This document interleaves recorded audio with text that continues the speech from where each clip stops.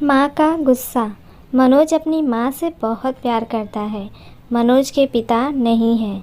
उसकी माँ हमेशा जब शादी की बात करती थी तब उसे डर लगता था। उसे लगता था कि उसकी पत्नी पता नहीं कैसी आ जाए और माँ बेटे को अलग कर दे।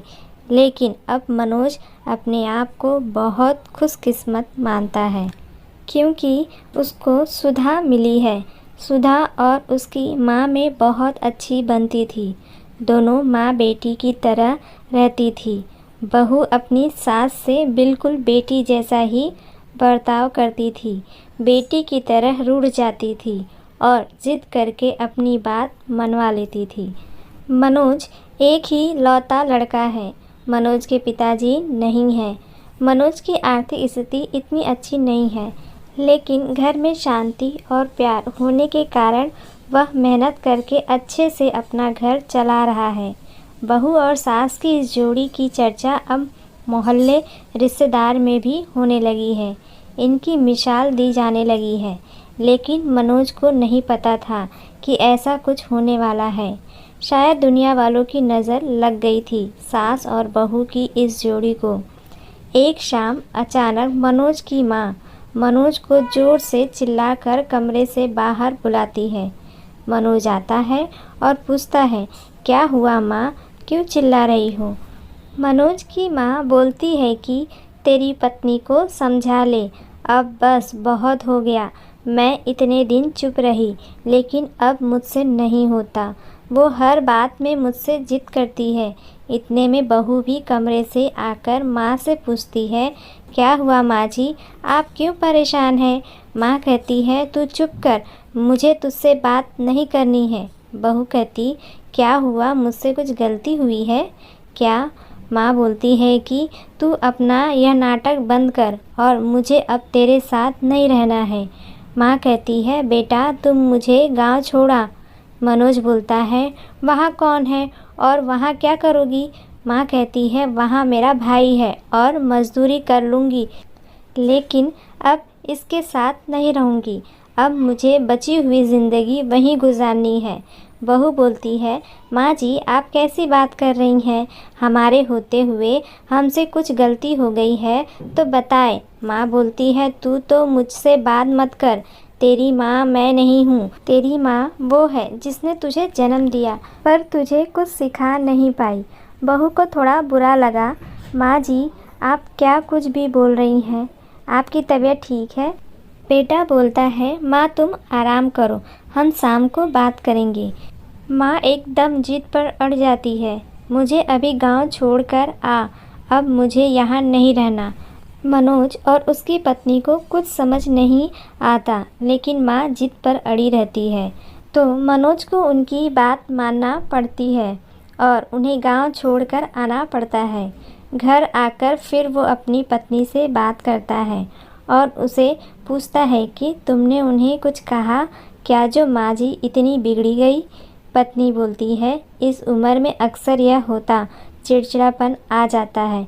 हम 2 दिन बाद माँ जी को वापस ले आएंगे, अब चिंता मत करें। 2 दिन बाद फिर बेटा और बहू दोनों गांव जाते हैं। बहू को देखती ही माँ फिर से चिढ़ जाती है, कहती है, तेरी हिम्मत कैसे हुई मेरे सामने आने की? मैं मर जाऊँ तब भी तू मेरे पास मत आना, मुझे हाथ मत लगाना। बहू को यह सुनकर ज़ोर से रोना आ जाता है। वो रोते हुए कहती है कि आप यह क्या अनाप शनाप बोलने जा रही हैं? मैंने ऐसा क्या कर दिया जो आप इस तरह नाराज़ हो गई? माँ जी वहाँ से उठकर कमरे में चली जाती है और दरवाज़ा अंदर से बंद कर लेती है। मामा जी भी उन्हें समझाते हैं, लेकिन वो नहीं मानती। बेटा और बहू वापस अपने घर आ जाते हैं। बहू अपने कमरे में बैठी रोती रहती है। मनोज भी कुछ समझ नहीं पाता है। माँ जी को गए अब 15 दिन हो गए। इतने दिन तक उनसे दूर न बेटा रहा न बहू। मनोज की पत्नी उन्हें फिर गांव जाने को कहती है और कहती है, जैसा मैं बोलूं वैसा वहां जाकर कहना। मनोज जाता है और माँ को कहता है, माँ तुम्हारी बहू सीढ़ी पर से गिर गई है और 5 दिन से तुम्हें याद कर रही है। माँ एकदम से बोलती है, क्या 5 दिन और तू अब बता रहा है। वो फटाफट तैयार होकर मनोज के साथ वापस आती है। साथ में मामा जी भी आते हैं। माँ घर पर पहुंचकर ज़ोर से पुकारते हुए दरवाजे से आती है, बहू बहू, और बहू के कमरे में जाकर बिस्तर पे सोई बहू के गले लग जाती है और रोने लगती है। बहू भी माँ जी से मिलकर रोती है। फिर बहू कहती है, जब आप इतना प्यार करती हैं तो वहाँ क्यों बैठी हैं 15 दिन से। माँ जी कहती है, तुमने झूठ बोलकर मुझे बुलाया। हाँ, पर पहले यह बताओ आप ऐसा बर्ताव क्यों कर रही थी, आपको मेरी कसम।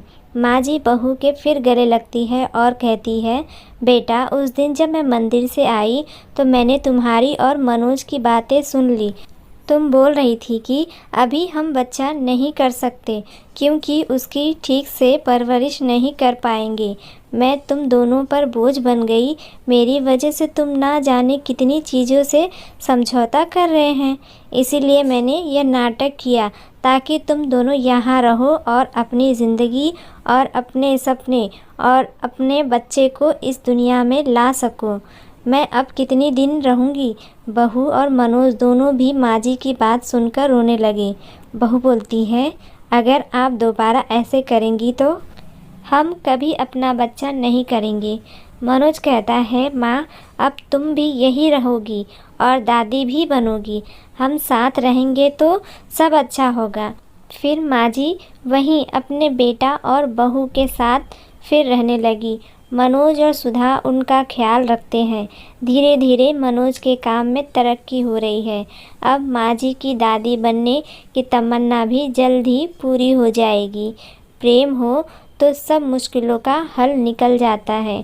तो दोस्तों, आपको ये कहानी कैसी लगी कमेंट बॉक्स में कमेंट करके ज़रूर बताइए। वीडियो अच्छी लगे तो प्लीज़ एक लाइक ज़रूर करिएगा।